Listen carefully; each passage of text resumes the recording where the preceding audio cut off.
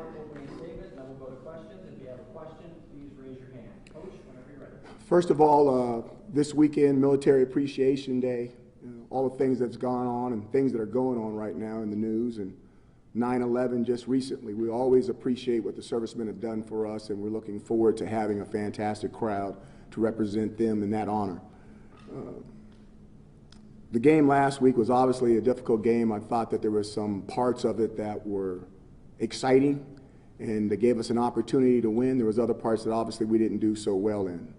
Our opponent this week, Western Michigan, last year gave us a really, really close game at their place.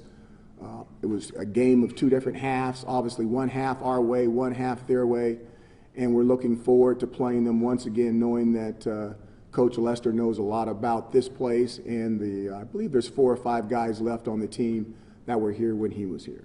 So I'm ready for you guys' questions. Josh? Statistically speaking, I think that was Sterling Hoffwicker's best game. He had a couple nice punts. Obviously, he's been good here for a while. I was curious, just like, if you've seen him grow over the last couple of years and how you kind of see growth at a position like punter. I don't know how you guys kind of evaluate that. Well, we do evaluate that. I mean, like I said, I've got a special teams coordinator's background. When I saw Sterling when I first came in here, you always have previous, you rate guys off of previous experiences. And my first thing I said to him, I said, he's not very tall. And I remember Coach Coughlin, who was the special teams coordinator, said at the time, he said, "Coach, this guy is good." And I said, "He's not good until I say he's good." And he kicked 3 balls, and I said, "Coach, this guy's good." And he's been that way ever since. Me and Coach Lustig had a conversation last year about it when the season ended, and we do a lot with our punters, and Sterling's extremely, I'm glad you brought this up, he's a great guy to talk about. I don't, he's a kicker, but he's a great guy to talk about. He can do a lot of things well. He can rugby, he can move, he's more athletic than what he looks like.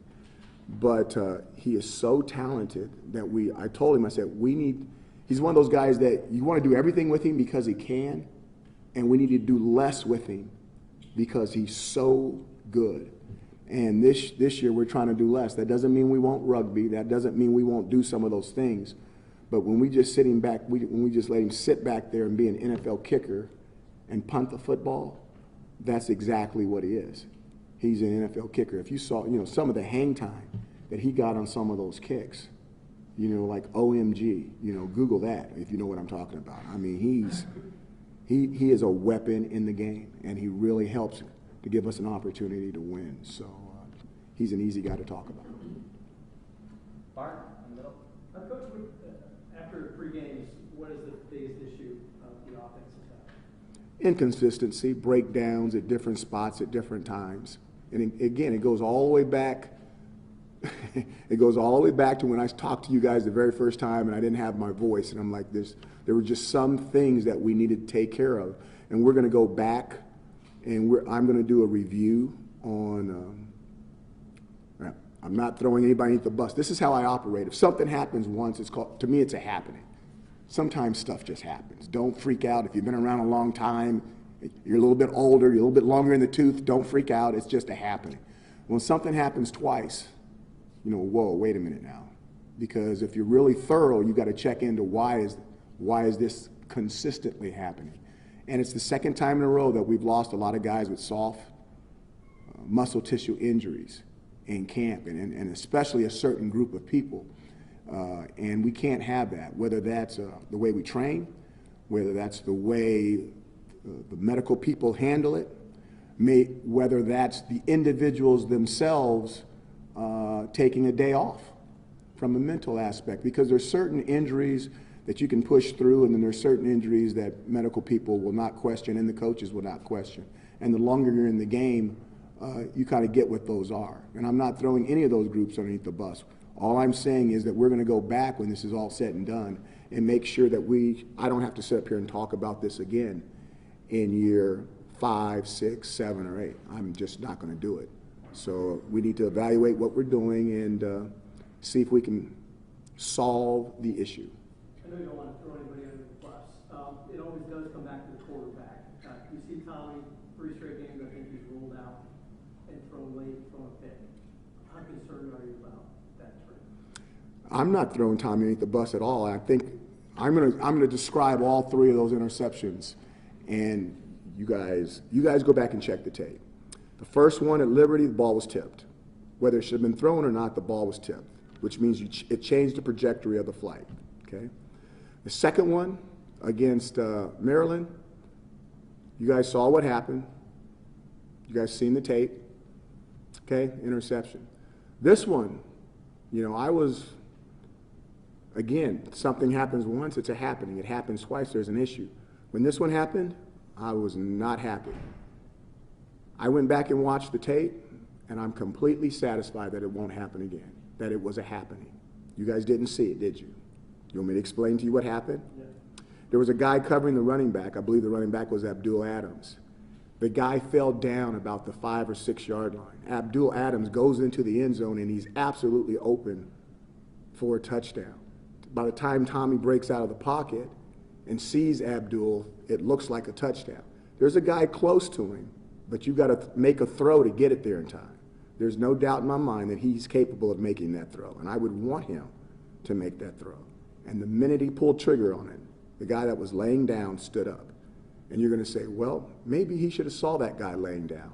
I can't tell you how many trick plays that we have in our offense where we tell a guy to go all the way down to the ground and get back up. When you're on a football field with guys and everybody is hunting, it's like being in a den with a whole bunch of tigers and lions. They're all hunters and they're all hunting. The last thing you want to do on a football field is drop your eyes and look at the ground because you may be waking up in the hospital. Okay, you're always looking on the horizon. I've ran plays and special teams on kickoffs where we've had guys go down on kickoff return, a guy run and throw the ball all the way across the field. We did it at UCLA to Matthew Slater that plays for the Patriots. Now he got called back because it was a forward pass, but Matthew Slater ran it in for a touchdown in the doggone Rose Bowl. Those plays are plays that have been in football for a long period of time, and it has to do with guys don't look on the ground on the football field because you better keep your head up to what's going on. That is a happening play for Tommy. And when I saw it, I was like, I see it.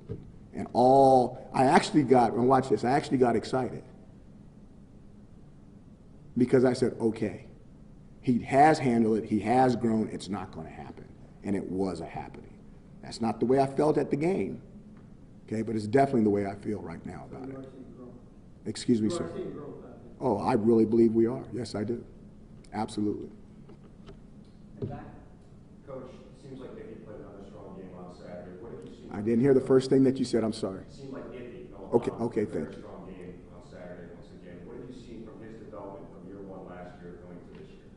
You know, I thought he had a PI call on him that was very interesting. But he's battling. He's doing a lot better. We still need him to be a little bit more physical. But as far as his coverage skills and things that he's doing in the coverage game, he's doing some really exciting things. Now, he left the game with an owie, and I haven't had an opportunity to find out where he's at with it right now. But hopefully he'll be ready to go for the game. Andrew? On a similar note to the owies, any update on Sam Heckel for this week, and then McKinley Williams? I know he was still I would imagine that Sammy would probably be in the same situation. I don't know about McKinley. It's so funny because we all call him Bears. So I'm not sure on him yet. I got to wait and see about McKinley, and then the rest of the guys I haven't had a chance to talk to them yet. They have to see the doctors and the trainers, and we normally get all that information later on in the day on Monday, unfortunately. Kind of curious what it's been like for you and Mike Lynch to try and work with Tommy as a pocket guy and then the offensive line and their issues.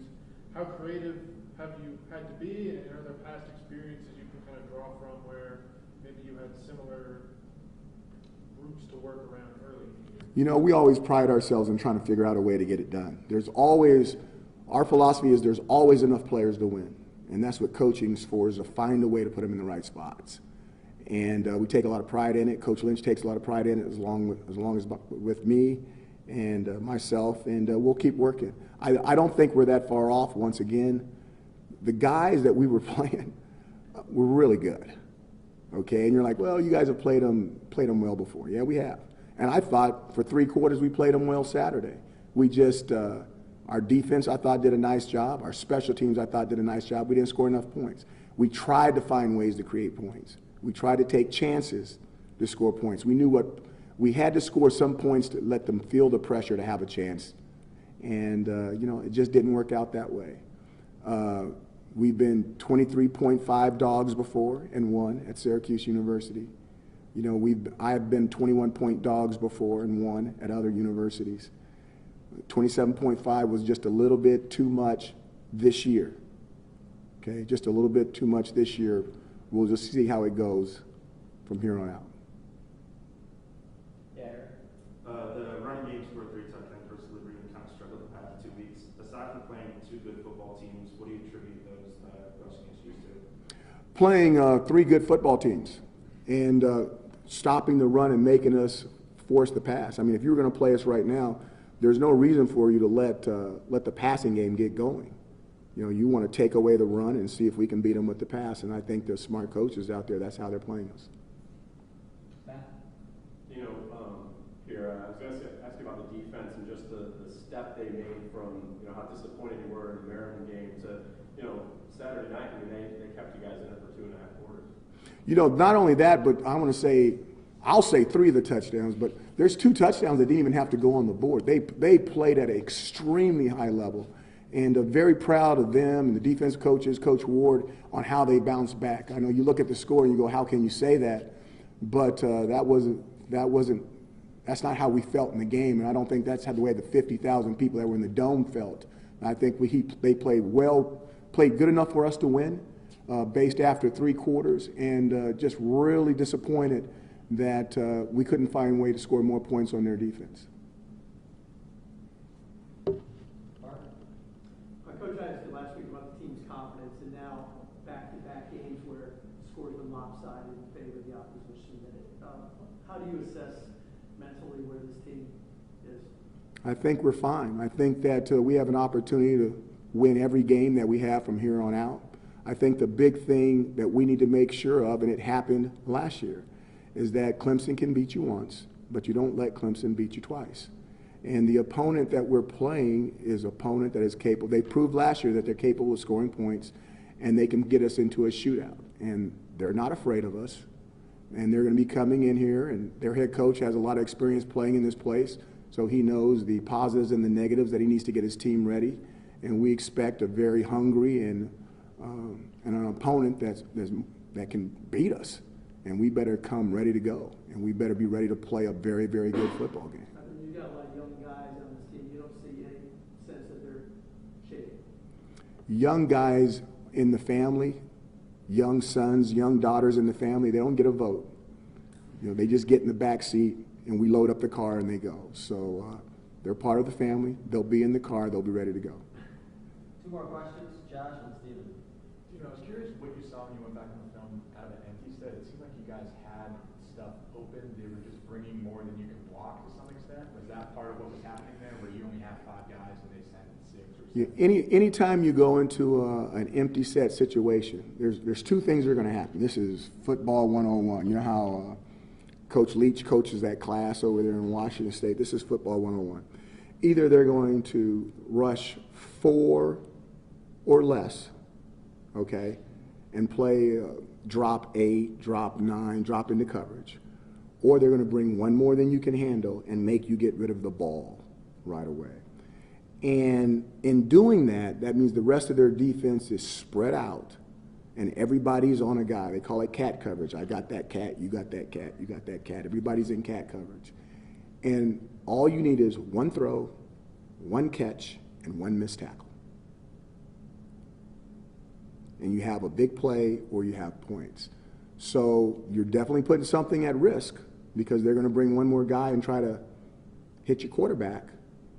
You've got to sort it out, and you've got to try to find a way to make a couple of throws into that. And it's a way to get some easy touchdowns if you can handle the pressure, if you can handle the stuff. So it's the receiver has to run the right route. The offensive lineman has to turn loose the right guy. They bring 5, and you're like, oh, that guy. No, we can do things where it's not that guy, it's that guy. We can move it around, but we need those guys to separate. We need to make a play. We need to make a throw, and it's going to be some heat on you. So We'll get there.